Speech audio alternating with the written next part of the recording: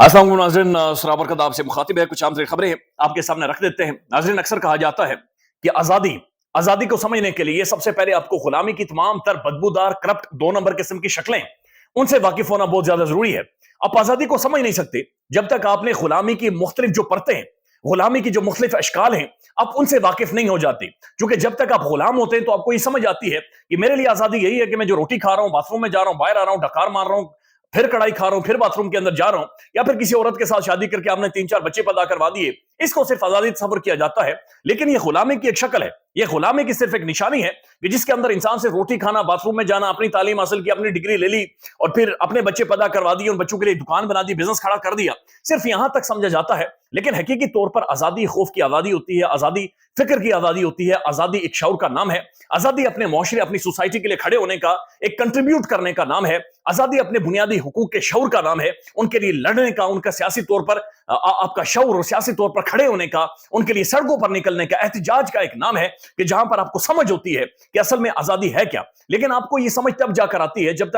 जब आप गुलामी को अंडरस्टैंड करते हैं, जब आप गुलामी को मुकम्मल तरीके से, मुकम्मल तौर पर समझ जाते हैं, फिर जाकर आपको समझ आती है। मैं आपको सिर्फ ये मिसाल देना चाहता हूं कि एक दफा मोहतरम हारून रशीद साहब ने एक वीलॉग किया और इस वीलॉग के अंदर उन्होंने कहा कि इमरान खान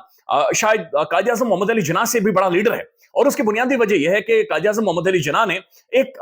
महकूम कौम को एक आजाद करवाया, यानी एक जो अंग्रेजों की हुकूमत थी वहां से उन्होंने आजाद करवाया। और कायद आज़म ने उन्हें यह बता दिया था कि जनाब ये जो तुम्हारे ऊपर बैठे हुए ये चले जाएंगे, तुम आजाद हो जाओगे। लेकिन इमरान खान साहब ने इस निजाम का जो कंट्रोल था, इस निजाम के अंदर जो गुलामी, जो खौफ, जो डर राइज किया गया था, 70-76 सालों के बाद पहली दफा आकर चैलेंज किया, विद इन उस सिस्टम के अंदर रहकर इमरान खान ने सिस्टम के साथ एक बगावत की है। और यह बगावत एक सोच की थी, यह बगावत एक फिक्र की थी, यह बगावत एक इंटेलेक्चुअल किस्म की बगावत थी, जहां पर इमरान खान ने तमाम तर असेंबलीज तोड़ दी, जहां पर इमरान खान ने असेंबली के अंदर से इस्तीफे दे दिए, जहां पर इमरान खान ने सियासी तौर पर एजिटेट करने का, एहतजाज करने का, प्रोटेस्ट करने का, सड़कों पर आकर अवाम से गुफ्तगू, बातचीत, जलसे, जुलूस, एक पॉलिटिकल एक्टिविटी लार्जर जनरेट करने का एक प्लान दिया। और उसके बाद आप देखते हैं कि पाकिस्तान के अंदर एक बदबूदार किस्म की मार धाड़ और एक तबाही पाकिस्तान के अंदर निकाली गई है। क्योंकि ये जो निजाम के अंदर की गुलामी है, इसने कभी अलाउ ही नहीं किया इस माशरे को कि सवाल कर सके, अलाउ ही नहीं किया कि वो सोच सके, अलाउ ही नहीं किया कि वो देख सके। आपको याद होगा इमरान खान साहब अक्सर तकारीर में ये कहते थे कि जनाब जब तुम हवा में उड़ सकते हो तो फिर चूंटियों की तरह नीचे क्यों रेंग रहे हो। और वो चूंटियों की तरह नीचे रेंगने का मतलब यही था कि इस मुआशरे के अंदर हमेशा यही समझा गया 76-70 साल तारीख में कि मेरी जमीन का अगर केस है तो ठीक है ना, 40 सालों बाद मुझे इंसाफ मिल रहा है।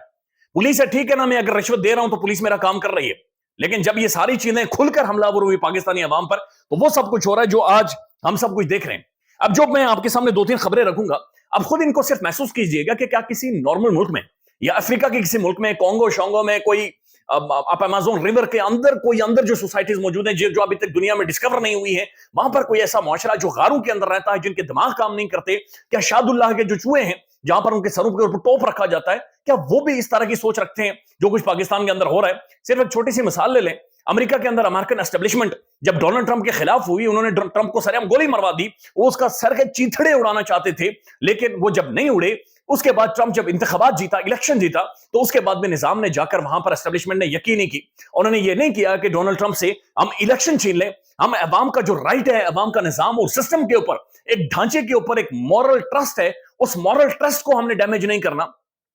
उस मॉरल ट्रस्ट को हमने कायम रखना है। लिहाजा उन्होंने ट्रंप जो अमेरिकन इंटरेस्ट के बिल्कुल खिलाफ है, अमेरिकन वेपन इंडस्ट्री के खिलाफ है, एस्टेब्लिशमेंट के खिलाफ है, वहां की सोच के खिलाफ है, वहां का जो खास किस्म का तबका है उसके खिलाफ है, उस बंदे को हुकूमत उन्होंने थाम ली कि ये बंदा अवामी वोट से आया है, अवाम से जीत कर आया है। लेकिन आप ये पाकिस्तान के अंदर सिर्फ ये खबर सुने कि जनाब ये खबर आ रही है कि जनाब काजी फाइल ईसा, एक ऐसा शख्स जिसे बतौर चीफ जस्टिस इस्लामाबाद की सड़कों पर खड़े होकर एक बंदे ने कहा कि जनाब लानत हो आप पर, एक ऐसा शख्स जो पाकिस्तान से जब बाहर निकला तो यहां पर लोगों ने डोनट बांट कर सेलिब्रेट किया और लोगों ने उस बंदे पर ठीक ठाक लानतें भेजी। एक ऐसा शख्स जिसने इस मुल्क का इलेक्शन छीन लिया, एक ऐसा शख्स, एक ऐसा बदबूदार शख्स जो अपने ओहदे से उतरने के बाद यानी 5 मिनट भी इस मुल्क में नहीं रह सका और यहां से अपनी बीवी को लेकर खिसका। एक ऐसा शख्स जो पाकिस्तान से बाहर जाता है, जो आजाद माशरे हैं, वो उसके सामने खड़े होकर कह रहे हैं कि जनाब आप पर लानत हो, आप घटिया तरीन इंसान है, आप मुल्क को बर्बाद करके आ गए। और उसके बाद जो माँ, बहन, दादी, परदादी और आगे पीछे की वो गालियां देते हैं, उन गालियों को मैं आपके सामने बयान नहीं कर सकता, चूंकि अगर मुझे अलाउ हो तो मैं लाजमी तौर पर वो गालियां आपके सामने रखूं कि यकीनी तौर पर इस माशरे के अंदर मैं भी वो एक शख्स हूं या मेरे अंदर भी वो एक जहालत अभी तक खत्म नहीं हुई कि मेरे भी वो अल्फाज निकलते थे जब ये इस दौर में कादी बनकर उस ओहदे के ऊपर बैठकर मेरे और आपके पैसे खाकर हमारे हक के ऊपर हुकूक के ऊपर इस बंदे ने डाका मारा है। अब जो खबर है, इस खबर ने पाकिस्तान के अंदर बहुत सारों की ब्लड प्रेशर हाई करवा दिए हैं और बनता भी है। और ये खबर दे रही है जनाब मोहतरमा गरीदा फारूकी साहब। गरीदा फारूकी साहब आप जानते हैं इस वक्त जज भी हैं, जस्टिस भी हैं। इस वक्त तो खैर ट्रंप को भी उन्होंने चैलेंज किया हुआ है कि गरीदा फारूकी साहब ने इंतखाबात मानने से इनकार कर दिया है। नीचे उन्होंने कादी फाइल ईसा साहब की एक तस्वीर लगाई हुई है जिसे मैं बज़ाहिर एक बदबूदार तस्वीर समझता हूं। वो लिखती है, इतलात के मुताबिक मुमकिना तौर पर वफाकी हुकूमत साबिक चीफ जस्टिस कादी फाइल ईसा को आइंदा चीफ इलेक्शन कमिश्नर मुकर्रर करने की ख्वाहिशमंद है। यानी हुकूमत कादी फाइल ईसा को चीफ इलेक्शन कमिश्नर यानी ये तमाम तरह ट्राइका था, एक नेक्सस था जिन्होंने इलेक्शंस रोके हैं, लेकिन कादी को दोबारा से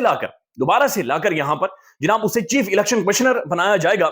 और वो कहते हैं कि जनाब हुकूमत ने इस हवाले से जोड़ तोड़ और गुफ्तगू का आगाज कर दिया है। मौजूदा chief election commissioner Sikandar Sultan Raja 2.5 माह बाद जनाब ओहदे की मियाद खत्म हो जाएगी और उसके बाद जनाब ये ख्याल किया जा रहा है कि जनाब ये जो कादी फाइल ईसा हैं उन्हें दोबारा से पाकिस्तान के अंदर लाया जाए और उन्हें यहां का चीफ इलेक्शन कमिश्नर बनाया जाए। आप छोड़ें इस बात को कि कौन लिख रहा है और कौन नहीं लिख रहा, छोड़ें इस बात को कि हुकूमत की ख्वाहिश है या नहीं है। क्या किसी मुल्क में, किसी मुआशरे में, किसी निजाम के अंदर, क्या किसी इंसानी फिक्र के अंदर ये सारी चीजें होती हैं?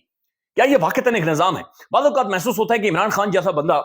ज्यादती कर गया है यहां पर अपनी जिंदगी बर्बाद करके, लेकिन फिर दूसरी तरफ ये समझ आती है कि शायद इमरान खान जैसे बंदे की एक जरूरत थी जो बिल्कुल इस तरह से टकरा जाए कि अगलों की नींदें हराम कर दे और इनकी पसलियां मुंह को आ जाएं। इमरान खान जैसा एक जुनूनी और एक पागल इंसान चाहिए था इस माशरे के लिए जो इस हद तक लड़ पड़े कि पागलपने की हद तक वो लड़ पड़े और वाकईतन उस आग के अंदर कूद जाए कि जो आग का एक डर या खौफ इस माशरे के अंदर कायम किया गया था। अब जब इमरान खान इनके सामने खड़ा हुआ है और इन्हें फेस कर रहा है तो यकीन माने कि महसूस हो रहा है कि ये तो निजाम था ही नहीं, ये एक बदबूदार एक सर्कल था जिसे निजाम का नाम देकर हम सबको लथेड़ा जा रहा था, हम सबकी जिंदगियां बर्बाद की जा रही थी।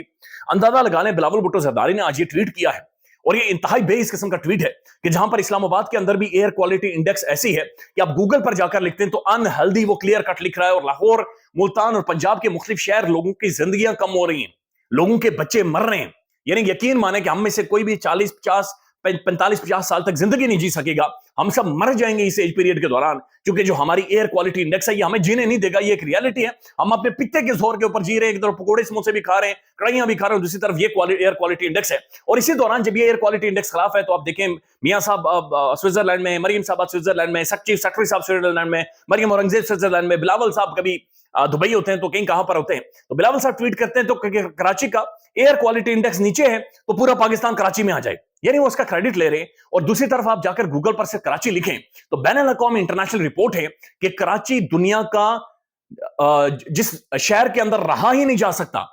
अनलिवेबल, यानी कि जहां पर मुमकिन ही नहीं है कि इंसानी जिंदगी गुजार सके, उसमें 173 ममालिक में से 169 यानी आउट ऑफ 173 169 यानी 170वें नंबर पर आता है। उस शहर के बारे में बिलावल भुट्टो जरदारी तंज मार रहे हैं लेकिन जो यहां पर स्मोक नहीं है, यानी ये गैर संजीदा रवैया है। दूसरी तरफ आज सिर्फ आप जाकर प्रेस कॉन्फ्रेंस देखें, तहरीक इंसाफ की शख्सियात की, उमर अयूब साहब अपोजिशन लीडर हैं